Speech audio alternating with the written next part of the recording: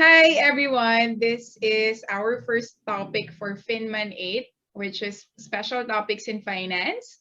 So for today, we are going to cover investment analysis. So I have invited a very special friend of mine to join us today to discuss expectations regarding careers in corporate finance because the reason why I really wanted to cover this topic is for us to have a glimpse of how it is to work in a corporate finance setting. So dahil itong inimbitahan nating bisita ay ever since no, pagkatapos ng gumraduate from college, talagang dumiretso na siya sa corporate finance. So she's gonna share with us her experiences, yung the ins and outs of her job as an investment analyst, at saka yung kanyang naging experience or yung timeline ng shift of career niya sa iba-ibang positions na hinahandle sa corporation, or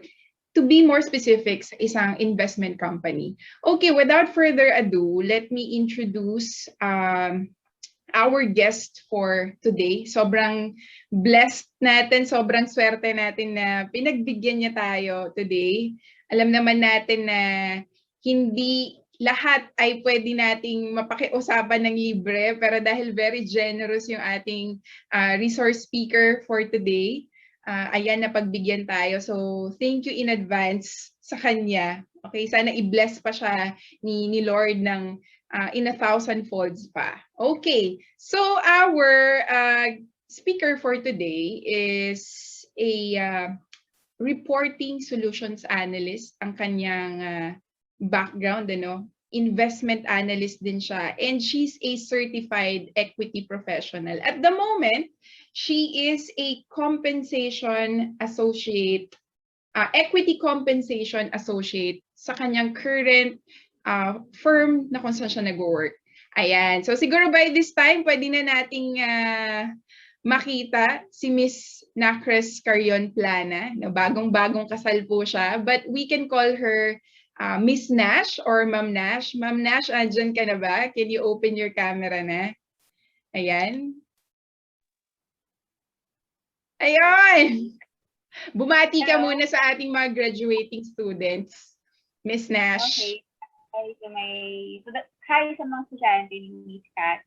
So I know you're in good hands. Sobrang passionate ng professor niyo. So thank you for that introduction. Wala na masyadong kakaiba doon. So just wanted to make a clarification dun sa certification. So I just passed the level 1 for certified equity professional. So there are 3 levels for that. So I cannot yet call myself a certified equity professional. I am an ECA muna because I just passed the level 1. So there's still 2 levels that I need to pass para matawag na si EC or certified equity professional. Okay, so at this point you are a candidate since level 1 passer. Ayun. Okay, so Miss Nash, baka pwede mo namang i-share sa amin, what made you decide to go to this direction towards corporate finance? Ano ba, was it really something na pinangarap mo since you were a kid? After college, talagang you were very much decided na, ito na talaga yung gagawin ko for my career? Okay. Well, I started as an accounting student. So we all know sometimes may mga mishap. So I failed at being an accounting student. So I shifted to financial management, which is, for me, it's a fortunate event kasi nag-open siya ng ganitong opportunity. It started when nagkaroon ng opportunity to work for Philippine Stock Exchange. Then may mga competition, yung intercollegiate finance competition. So what happened is majority of my experiences when I was in college is already aligned sa kung ano yung status ko sa career ngayon. Right when I graduated from college, I already knew na this is what I want. So what can I say? Your strength is that ngayon pa lang, na-graduating pa lang sila or before graduation, they should have this, at least their guide or idea, kahit idea lang, there's no need to figure out everything and exactly what do they want naman. It's more of kahit pa paano you have your idea what industry you want to get in. Kung anong position yung gusto mo, how do you imagine yourself in a corporate, if you really want to go in a corporate setting or in a local bank. Okay, so in your case, parang based on your story, because of your experience sa PSE, parang ito yung parang nagsilbing eye-opener for you na ito talaga yung gusto kong gawin. So ibig sabihin, dapat college ka pa lang. I mean, at least nasa college ka pa lang, piniprepare mo na yung sarili mo dun sa gusto mo talagang gawin right after. If that's possible, sana ganun yung mindset ng mga students na alam mo na this is what I want somehow na tahakin sa career ko. And by that time kasi nagkaroon din ng opportunity with the rest of the college students na mag-compete with other colleges sa Manila with regards portfolio construction. So dun ko nakita na ito yung gusto I wanted to deal with equity, financial market. Yeah. So when I graduated, meron na akong mindset na hindi ako dito sa Tarlac magtatrabaho sa Metro Manila. Then I will try to work in a corporate company. So that somehow, yun yung guide ko na paglabas ko ng university, this is what I will do. I hope na na-pick up nila yun, no, yung mga students natin that as early as now, hindi pwedeng saka na ako mag-iisip na gusto kong gawin. Dapat ngayon pa lang ini-establish na nila sa sarili nila na I think this is really the path that I want to take. Kasi ikaw, as early as, how old were you when you were so decided already na ito na talagang gagawin ko? I was 21 years old. Okay, 21. Hindi pa ganon ka-mature. Parang feeling ko 21 is still medyo dancing pa. Kumbaga, tinatansya mo pa kung saan ka mapupunta. But with you were already so fixed with that idea. Okay. So, thank you, Miss Nat. Parang talagang fixated ka na ganun gusto mo. Kasi what I was trying to say sa mga estudyante na mag-graduate ngayon, pag nag-apply ka kasi sa work and you don't have any idea, ano bang gusto mong field or what, there are a lot of opportunities there. And of course, you have to narrow down kung ano yung gusto mong industry, anong gusto mong field, para sa sarili mo din na you would know na dito lang ako mag-focus para may direction yung job application mo, interviews, and even how you prepare for the interviews. Kaya you should have that idea what you really wanted, at least. Okay. So speaking of opportunities, I think I should move on to your next slide, which talks about careers for a financial management graduate.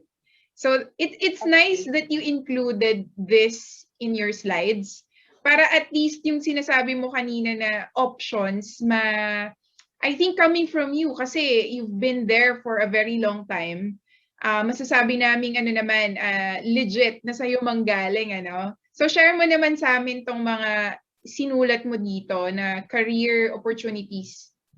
Yan. Okay, so general idea or pwedeng general words when you search for keywords, pwedeng sa kung anong platform ang gagamitin nyo when you search for your career.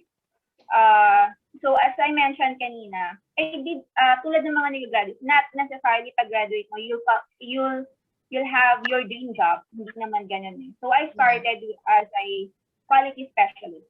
I did not start dealing with the grandiose topic of equities, financial market. It's not like that. So para maset lang yung mindset nyo, pagka-graduate nyo, it's not automatic na ganun. But if you're very lucky, of course, you'll have the opportunity to land the career that you really want at onset. So I started as a quality specialist, or I deal with loans or mortgages. If I can mention that is with a investment banking as well, that's with JP Morgan. Okay. But before I elaborate for sa rest ng career ko, I just wanted to make a disclaimer that whatever company that I mentioned here, I'm not speaking in their behalf. Okay. So it is just me. Let's clarify that ba? So all our personal insights, walang kinalaman yung previous job mo or yung current job mo ngayon. Okay. So, ayun. So, when I started with that company, as I mentioned, it's not yet me dealing with investments or equities or financial markets. So, I started with loans. It's a entry level position. More on data entry lang, ganyan. Kumbaga walang masyadong analysis, walang ganun.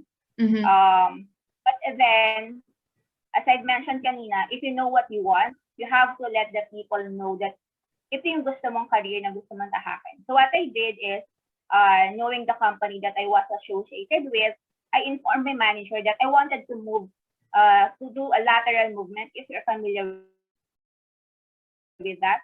Sa loob lang ng company, but you were able to explore all other departments and opportunities within the company. That is also one of the options na pwede niyong i-explore once you started a very good company or very good industry. So you can do lateral movement, not necessarily na if you wanted to shift career, you move to a different company na, no. So you can do lateral movement. So what I did is, I made the lateral movement and move or transition to the investment banking section of the company. So, dun nag-start yung career ko. Okay. Buti na lang, very supportive si manager. So, importante din talaga na makahanap ka ng very supportive na mga bosses, no?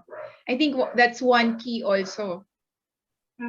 Yes. Supportive managers and knowing yourself, what you want, and telling them what you want. Yeah. Okay. Okay. So, yung nasa screen na nakita nyo, those were the careers na napagdaanan ko. And gradually, when I discuss each career, mapapansin nyo na nagkaroon din ng increase in responsibilities and change in priorities and responsibilities. Okay. So, alin dyan yung pinaka-challenging talaga na pinag-aralan mo? You really had to ang tawag dito, kailangan mo pang extra workshops or trainings? Were there circumstances na gano'n na dahil nadagdagan yung responsibilities mo? Yung pinaka-challenging so far na nahawakan mo dun sa lateral movement mo sa company? Before I became an investment analyst, I started with the operations section of the company. As I mentioned kanina, I was in investment banking. Then more on their operations aside. So that is account and reference data analyst. So sa position na yan, dyan nagsimula yung knowledge ko about financial market. Sariling sikap siya. Adapt to your Professor Cathy na you are fortunate enough na you have your passionate professor na talagang tinuturo inyo mga terms, financial terms, about the market. But when I was, pero nung panahon ko na, nasa position na ako na yan, I did my own research, my study, every terminologies na namimit ko na encountered ko sa work ko sa investment banking. I read investment, corporate finance, because I wanted to be an investment analyst. Alam ko na nung na account and reference data analyst ako, na gusto ko maging investment analyst. Okay. So when I decided to move to a different company, I really looked up yung career and job title na investment analyst. And it is exactly what I wanted to do. And to answer yung question ni Cassie, the most challenging of this is being an investment analyst. Kasi dun na ma-apply yung basic knowledge mo about financial market. Dito na lalabas yung you present your report, you create the qualitative and quantitative data, yung knowledge mo about technical analysis, fundamental analysis, medyo mag-mix up na siya. So, ganun siya generally as an investment analyst. Okay, that's a lot. That's a lot, ah? Yes, yes, it's quite challenging being an investment analyst. And of course, I think it's more challenging kapag nasa local investment companies ka. Okay. Kasi kapag international companies, it's really more on the data preparation for the consultant sa counterpart mo sa ibang country. But for local companies or investment companies, it's more of you doing the research. If that's what you wanted to get into. Yun yung Okay. talagang per company, per stock, you've got to delve into their details talaga, to their profile. Ikaw mismo yung gagawa ng report about that company. Yun. So, sa current ko as a reporting solutions analyst, this one deals more of equity compensation.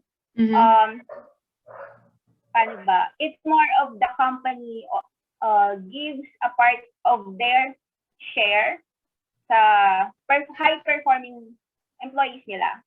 So, for example, Kathy is a CEO of ABC company, and she's a high-performing employee. So, instead of giving her cash reward, I will give her share of the company so that when the company performs, it is as if she is also earning as part of the company. Yes. So, Yes. parang nagta-tie up yung performance ng company dun sa shares na So, ganun yung industry dun sa current work ko. We do the filing, taxation. Dito na, nagkahalo yung investment and accounting areas. So, I can say sa mga graduating students ngayon na financial management, sobrang lawak niya na field. That's true. Yeah, so, but I mean, since sobrang lawak ng field niya, you all have these different industries and careers na pwede nyong mapuntahan. So, you just needed to figure out or have an idea what you really wanted to get into.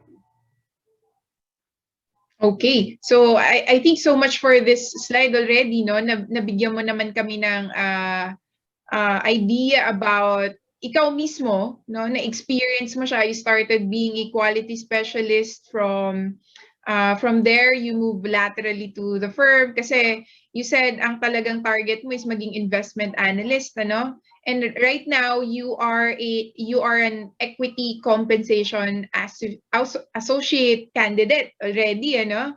Okay, so what's next for Miss Nash kaya? That's for us to see in the future. Pero nag-i-enjoy ka naman ngayon sa ginagawa mo. Do you think it's really fulfilling for you and your, kumbaga, yung expectations mo dun sa career path mo, mukhang happy ka naman and satisfied with your performance, with your choice? It's a different thing kapag nasa corporate eh. Bukod sa, I can say, working for big companies like JP Morgan, something that company, to name a few.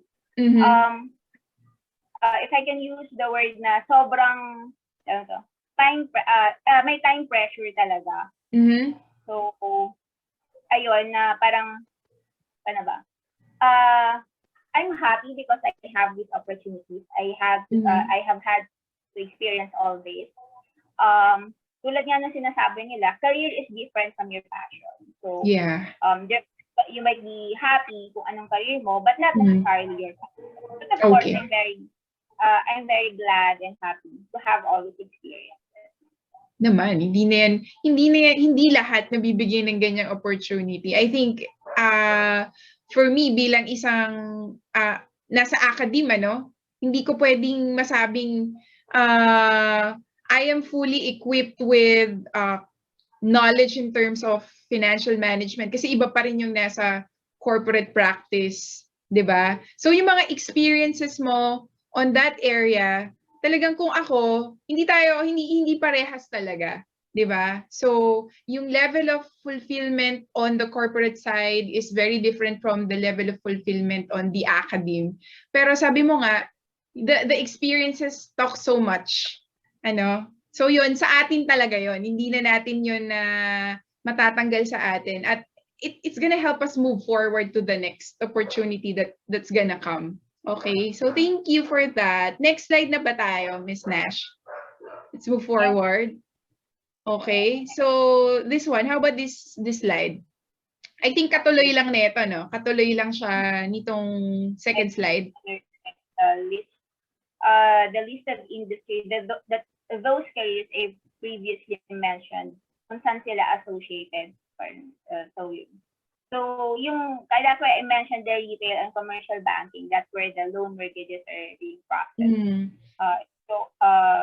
If you're familiar with the recession during 2008, so those were the mortgages that we are processing as a quality loan specialist, as I mentioned, as my first career in the bank. So yun, investment banking. So I mentioned kanina, that's where I dealt with as an account and reference data specialist. Doon nag-start yung knowledge about financial, well, my real interest with financial markets. Okay. And consulting, yan yung, this is where dito na yung parang mag-level up na yung kung ano yung natutunan mo. So you start to apply here. So as part of a consulting company or advisory company, that's where what the reports that you create get presented to the client directly. Okay. So I think ito yung sinasabi mo kanina, sobrang lawak ng pwedeng pagpiliang opportunities kapag ka financial management graduate. No, there's retail and commercial banking, investment banking, consulting, brokerage, corporate finance, local banks. Napakarami pala, no? Okay, next is, can you share with us what do you usually do in a day as a quality specialist dun sa unang work mo, and right now you are an equity compensation associate. So can you share with us yung what's usually your routine sa work? Okay, sige. So for the quality specialist, as I've mentioned, dito kami nag-handle ng loans or mortgage modification. If you are familiar din nga sa recession, so JP Morgan bought yung mga mortgages na outstanding by that time. So since binili ng company, we were the ones approving or rejecting kung bawa yung loans ba ni client, magpo-proceed for a further loan modification since he or she is not capable anymore to pay off his or her loan. So, yun, as a as a entry-level position, siyempre when you graduated, hindi naman kaagad na sa top-level position pa, or you usually start with data entry talaga kapag sa corporate. If that is, if you are working with a international company or BPO na tinatawag. Pag local bank, that is talagang, you do it from the scratch, from the start. So, ayun. So, as a quality specialist, may data entry, quality check, you just compare yung in-upload na data ni client versus dun kung ano yung standard ng bank, ng yung compliance requirements. Okay. So, if pumasok si client doon, we approve or either reject them.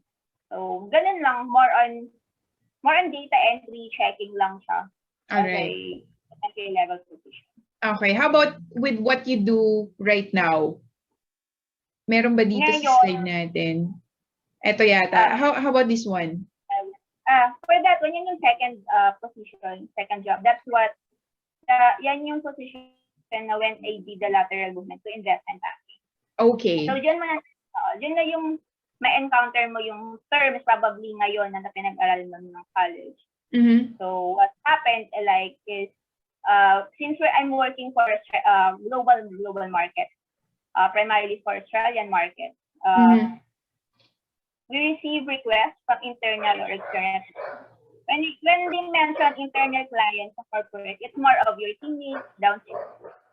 Okay. Kapag external clients, those are the, say, ABC company, San Miguel, or etc. na companies or institutional clients that the company is working for. Parang yun.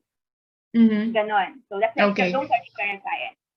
So, as sa job na yan, we receive either internal or external requests from clients to set, paano ba to? Wait lang. Just to give an idea mo na static data, that's what we really work on that. Pag sinabing static data, these are the constant or unchanging data ng stock. So for example, you look up, ano bang pwedeng trade? Sige, San Miguel na lang. Yung lagi ko naiisip ko. So, yeah. But you're not promoting San Miguel, ah? You're not promoting. So, for example, hinanap mo yung company na yun sa TSC. So, makikita mo yung pangalan ng company, anong type of industry, yung asset identifier niya, which I've mentioned. Makikita mo din may ISIN. There are different types of asset identifiers, and you could You can Google that up or even search for sa mismong stock sa PSE. So those are the static data na hina-handle as an account and reference data analyst. So kapag mayroong error dyan, sa back end, kami yung nag-edit kasi once mag-trade yung stock na yan, and for example, mali yung pangalan niya, yung ticker symbol, or yung price, mag-fail yung trade. Hindi siya mag-settle sa market. So we were the one. Okay. So, ganun siya. What do you call it? Pero Backdoor? Anong tawag doon? Parang backdoor? Operations. Backdoor operations. Operation siya ng investment banking. Okay. I see. So let's just clarify this. This is kumbaga yung first job mo sa JP Morgan was a quality specialist, and then you move to account and reference data analyst. This is still part of the investment bank's operation, pero ang tawag ay backdoor operations. Okay, so take note guys, if you're planning to merong client dito. Merong mga client work, merong back office, merong operations, may advisory, consulting. So this one, maka-classify mo siya as part ng operation ng investment banking. Okay, so at least yun na-clarify natin. So if you're planning to go straight to investment banking in after graduation, you have to be familiar with these terminologies, which I think I've already introduced to you guys, and then itong sinasabi mong navigate Bloomberg terminal to confirm accuracy of static data. Ito yung sinasabi mong ini-edit ninyo pagka just to make sure walang papalang data kasi or else hindi siya matitrade. So ito yon. That's just one of the instances. Kasi yung Bloomberg terminal, when you search on the ticker symbol, lalabas lahat ng data, pati yung pricing, index, benchmark, lalabas lahat yun. So, as account and reference data analyst, before mo i-update or you change anything, you have to confirm with the main source of data kung tama ba talaga yung ilalagay mo sa system ni JP Morgan. So, it's more of cross-checking before you do any changes. Otherwise, baka ikaw yung maging rason dahil mag-fail yung trade sa market or baka mali yung price. Bigat nun. Mabigat na trabaho nun or else mag-fail yung trade for a particular day. Is it for a particular day? Yes, oo. Like, as tulad ng sabi ko kanina, since Australian market hawak namin, dati, since Australian market ang hawak namin, is more of before mag-close yung market, dapat na-set up na lahat yung assets, correct yung data. Otherwise, mag-fail siya kasi mag-close na yung market tapos hindi pa rin siya naka-set up, hindi pa rin corrected yung data as per request ng client mo. Okay. All right. Thank you for this detailed discussion ng work mo dito as account and reference data analyst. So, ngayong investment analyst ka na, ito, I think most of our students would be very interested to know what is the gist? Kumbaga, how would you set their expectations on, kung ito talaga yung pangarap mong gawin? How do we help them set their expectations dun sa trabaho na yun? Okay, so from being a account and reference data specialist, I was thinking that I wanted to be an investment analyst. So when I came there, I thought I was really prepared to be an investment analyst. But when I started working on the report, merong part of myself na hindi ko yata siya kaya. Because really entails, one of the tasks is you have to go through the quarterly or monthly report of a fund. You have to you have to prepare the qualitative and quantitative reports for the fund or for the manager, which I wasn't really doing in my previous job. That's why I mentioned you really have to equip yourself even kahit yung mga basic lang na terminology, so that when you get into investment analysis, you know what you're dealing with. Kasi it's more of application na talaga. Ikaw na yung gagawa ng report. But were you with a team? Team ba kayo dito or talagang individual reports? May mga kasama ka naman sa team? Yeah, that's a good question. dun sa previous job, ano lang yun specialized yung trabaho. For example, you're just doing A over and over again. Okay. Dito, as an investment analyst in this job, you have to do A to Z, the report.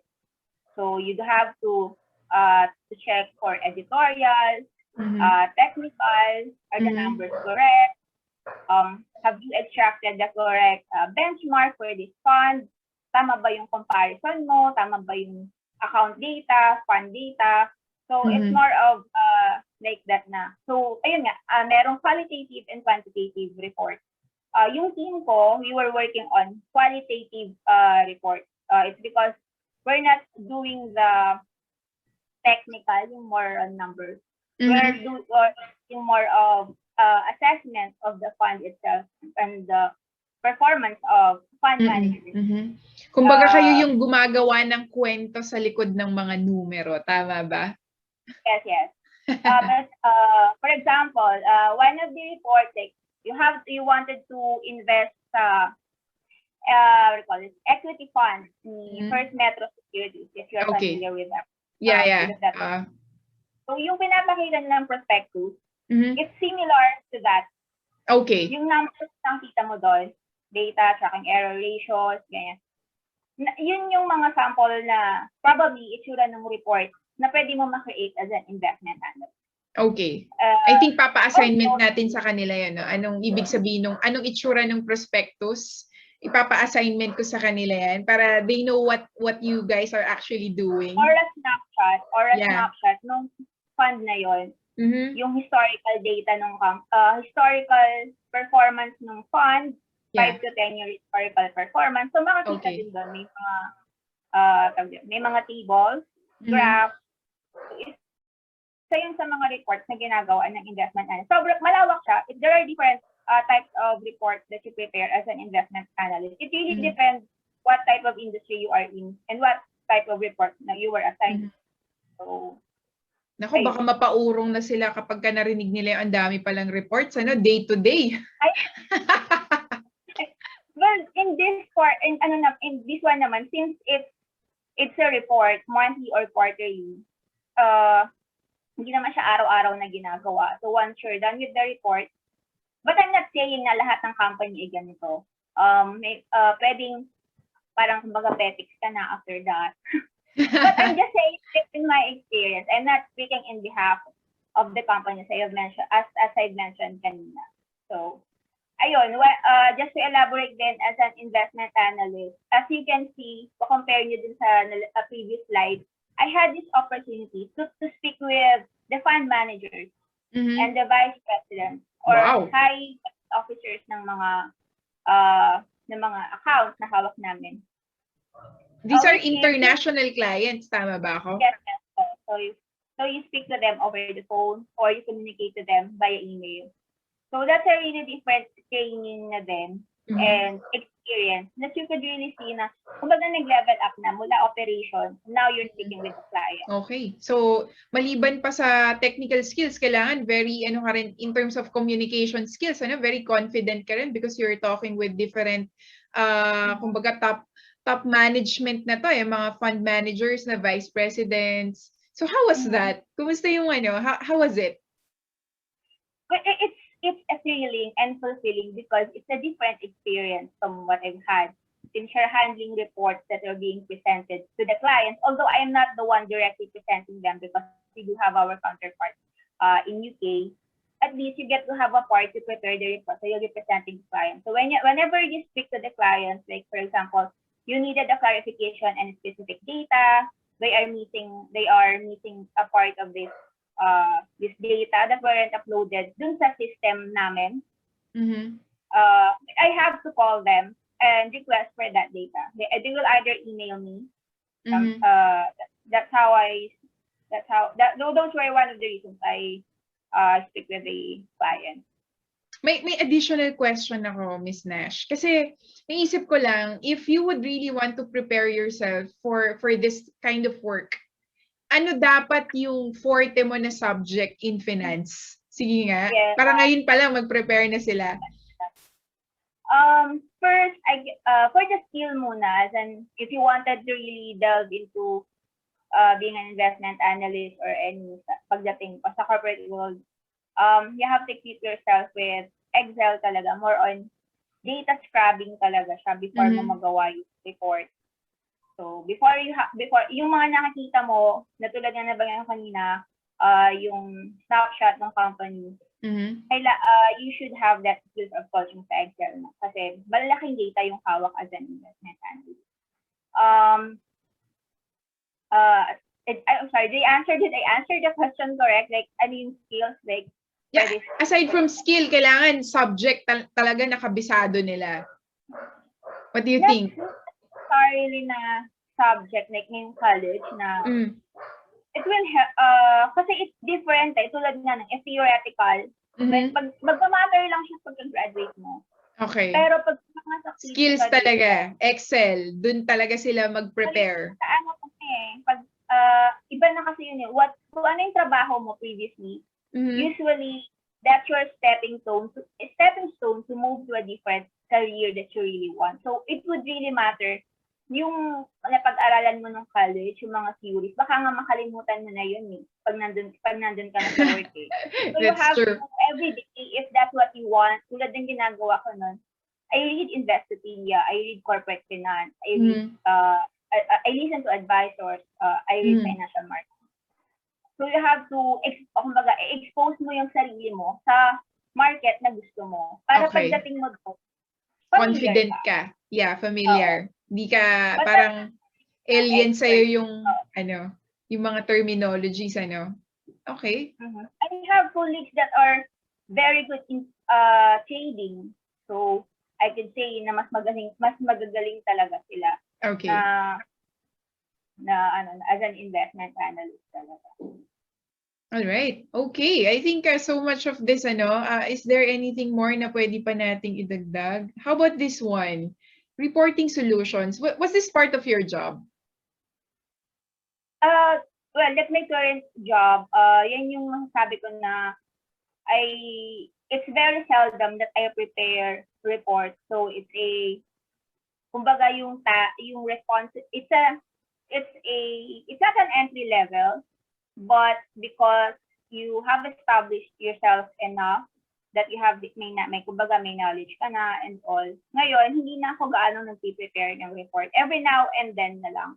But ang isa sa constant na ginagawa namin is yearly, we were assisting the client to file their taxation report since we're working their equity compensation. So we're doing the back-end job instead of them filing in their instead of them filing, kami na yung nagpa-file ng mga So parang nag-outsource sila ng nag-outsource sila ng mga admin works to you guys, parang ganun. You do the job for them. Yes, they hire the company na kami yung magpa-file. For example, DIR, ganun. Kami yung magpa-file ng taxation for them in DIR. Okay. This is your current job. Ito yung okay, sige. So you prepare or assist in tax reporting, reconciliation. How do you mean reconciliation? Ayan, yes. For that, yung word na yan, baka may encounter nyo rin yan sa paghanap nyo ng career, or you do that din. Tulad din na sabi ko kanina, you have to equip yourself na kahit pa paano you're skilled with Excel.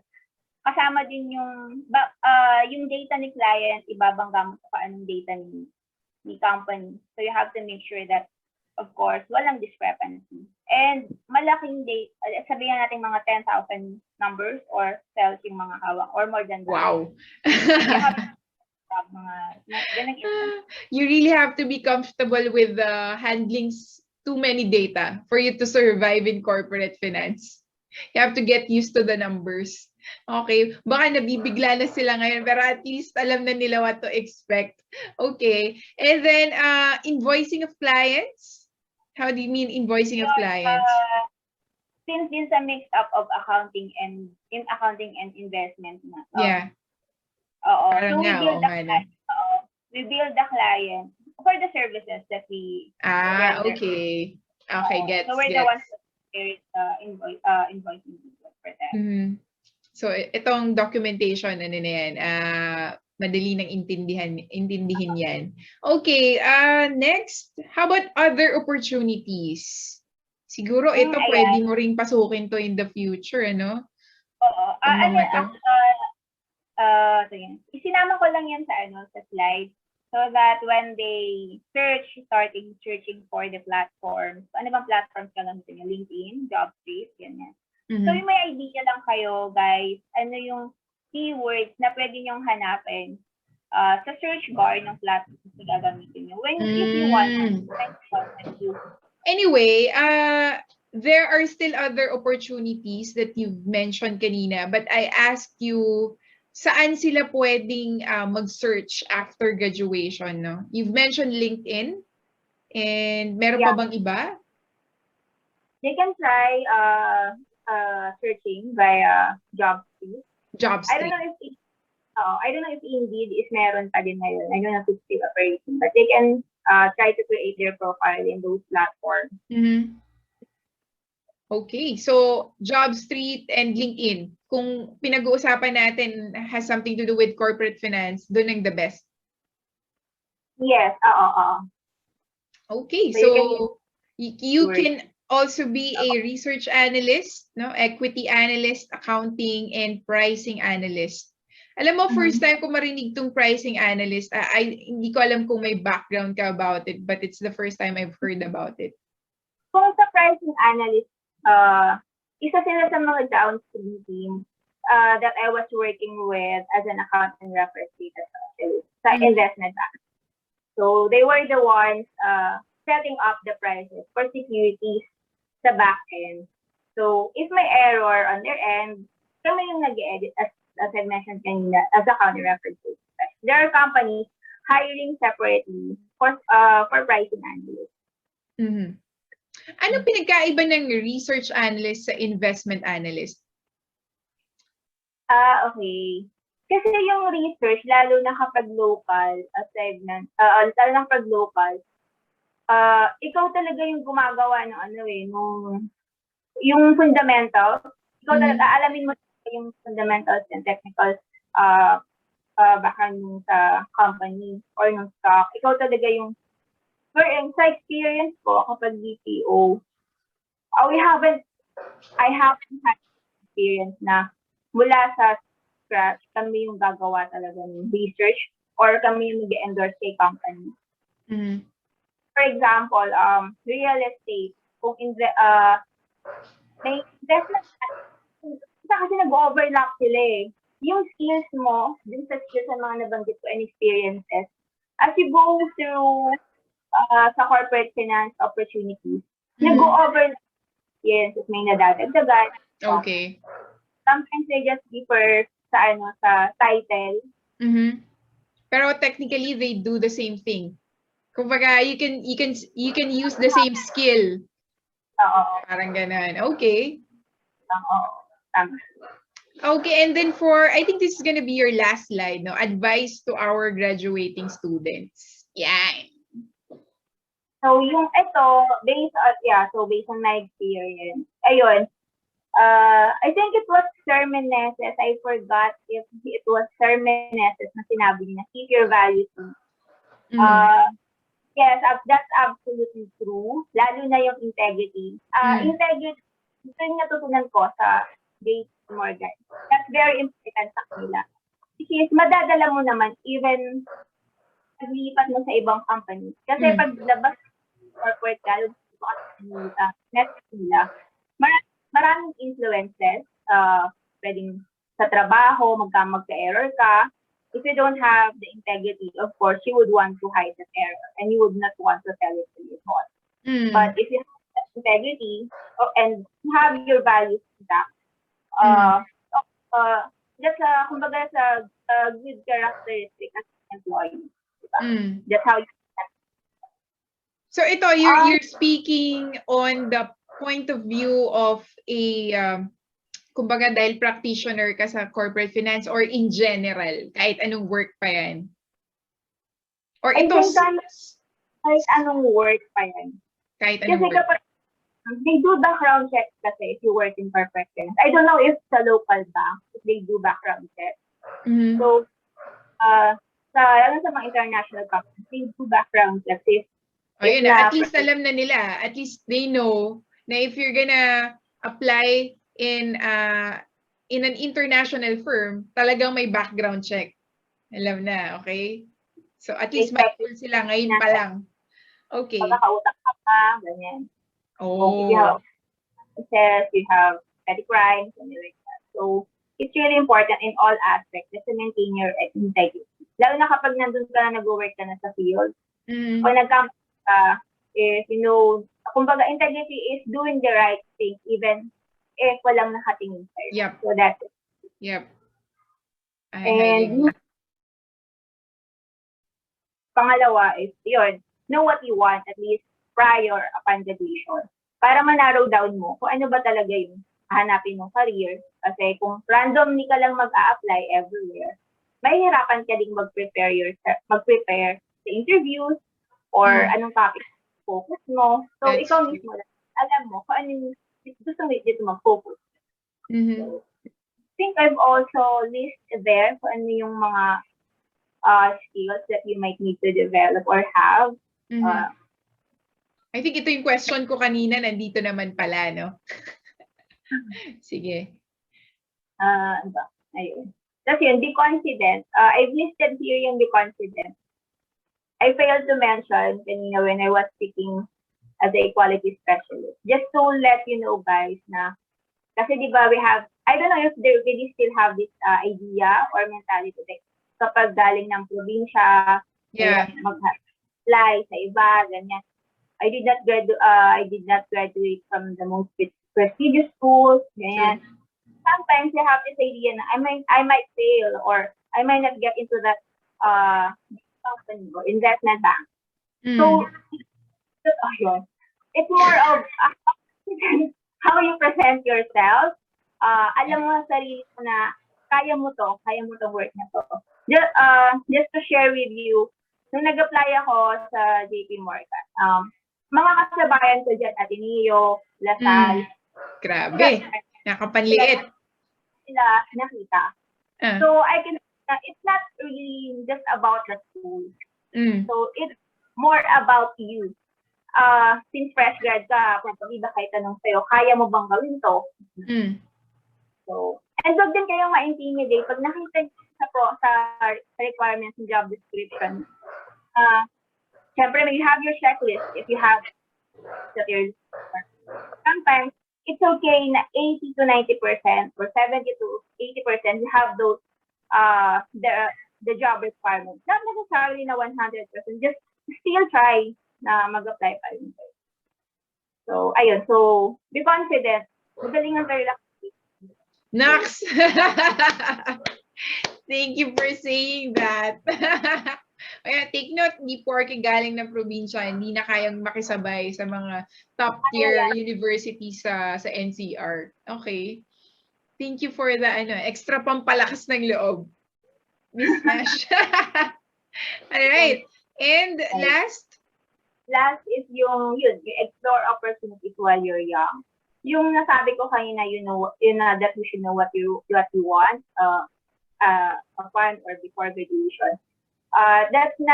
It's not exactly me telling you na ito na talagang gusto ko. It's just a guide. So in here, what I'm trying to say is, kapag nagkaroon ka ba ng job A, forever, magtatagal ka naman dyan. It really depends on gusto mong mangyari sa career mo. Again, mababalik ka dun sa ano ba talagang gusto ko. But then, habang bata ka, I can say, like, explore ka lang, move to other positions, mag-lateral movement ka, move to companies, kasi that will give you an idea. If gusto ko ba talaga maging investment analyst, gusto ko ba maging equity analyst, or gusto ko maging financial advisor and the like. Baka hindi yan pala, that's not what you want. So it's more of gaining more, having more set of skills. All right. I think that's already a lot, no? Daming pabaon sa atin ni Miss Nash. Oh my gosh. I think that's the end of your slide, no? Tama ba ako? So we can stop sharing already. So siguro may, May ano question. ba? Meron na lang akong huling tanong. Oo. Sa tingin mo, anong meron ang isang TSU graduate na kailangan ipagmalaki niya? Kung meron ka mo masasabi na TSU graduate ako eh. Hindi ako basta-basta. What could be that? Ako, masasabi ko na we are well trained. Nox! Kahit na, of course, wala naman perfect na university or college. I can say na we have that grit as university na tawag dito na meron tayong mentality na kaya natin mo. It's not, and alam naman natin ngayon Tarlac thesis, hindi na lang siya yung dating Tarlac thesis. Mas nag-improve a lot na yung school. So, yun na masabi ko na. We are confident, we have that grit na to work to work on ourselves and kung ano yung gusto nating taha. Yeah. Okay, and lastly, what does it take? You know, if there's one word na masasabi mong pasok na pasok talaga ako dito sa career na to, what does it take? Ano yung one word na yun? One word na yun. Meron ka ba naiisip? Is it matyaga? Is it curious? Is it hunger for knowledge? Kailangan ba magaling ka sa math? What does it take? I think it's more of interest mo talaga. It's your interest na gusto mong tahakin yung career mo to. Okay, so number one is you're really supposed to be passionate about it. If not, forget about it. Kasi ang hirap eh. Parang hearing from you, all of your stories na pinagdaanan mo, if you're not really passionate about investments, hindi ka tatagal. Tama ba? Hindi naman siguro. Pero, yes, that's one thing. Yung interest mo talaga. Tsaka nga, as I mentioned, yung lakas ng loob mo, yung grit mo lakas ng loob. Tutuloy mo talaga to. This is what I want. Kasi dun din magmumula yung interest mo na mag-take ng mga certifications, mag-aaral ka pa ba, para mas mag-improve pa yung skills mo, tapos maging equipped ka, if in the near future, you become a consultant, or a advisor. It's a never-ending learning process. No? If yan yung talagang tatahakin mo, non-stop ang pag-aaral, hindi lang siya hanggang college. Ang daming examinations, ang daming certifications.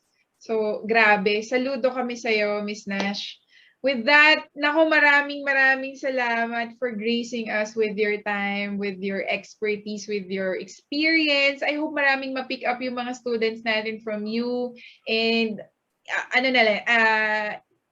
in corporate finance and investments in general. Ayan. Thank you so much. Sana naririnig mo yung palakpak nila, but I'm gonna do it for them. And thank you for this opportunity na ma-share yung experience ko sa mga TSU students. I really wanted to tell you guys na kaya natin na makipagsabayan sa iba. You are well equipped to have your passionate professors, your teachers. So you just have to have it in yourself. Maniwala. Na you really wanted to. Okay, so sige. Alright, thank you so much, Miss Nash. Sana hindi tayo maging huli. Sana pag face-to-face, pwede ka namin ulit ma-invite na. Okay, so we wish you all the best in all of your future plans and endeavors sa'yo and sa family mo, sa family nyo. Okay, that's it everyone. Sana marami tayong natutunan today. Marami tayong na-catch with Miss Nacres Carreon-Plana. Again, Miss Nash, maraming salamat. That ends our lecture for today. See you on the next topic na ating i-cover. Bye, guys!